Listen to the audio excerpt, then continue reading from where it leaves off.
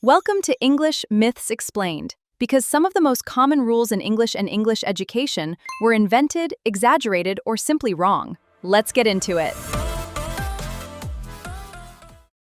There is a word that educated English speakers frequently use in two opposite ways without realizing it. The word is disinterested. One group of speakers uses it to mean impartial, without personal stake in the outcome. Another group uses it to mean uninterested, or simply not interested.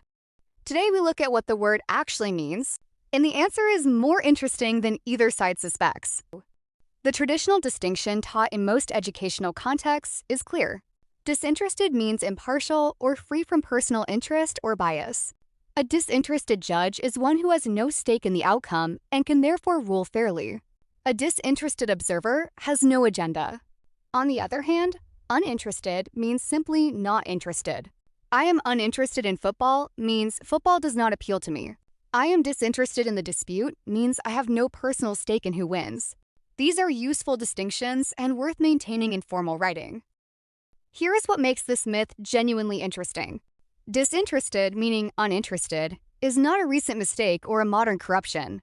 It predates the impartial meaning. The Oxford English Dictionary documents disinterested, meaning not interested, going back to the early 17th century. Both meanings coexisted for centuries, before prescriptivists in the 20th century decided that one was correct and one was wrong.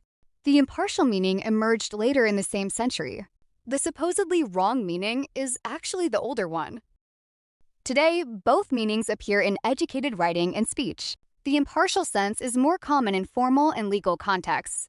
For example, we need a disinterested mediator. The uninterested sense appears increasingly in educated general writing. She seemed disinterested in the proceedings. Merriam-Webster and the Oxford English Dictionary both document both meanings as standard.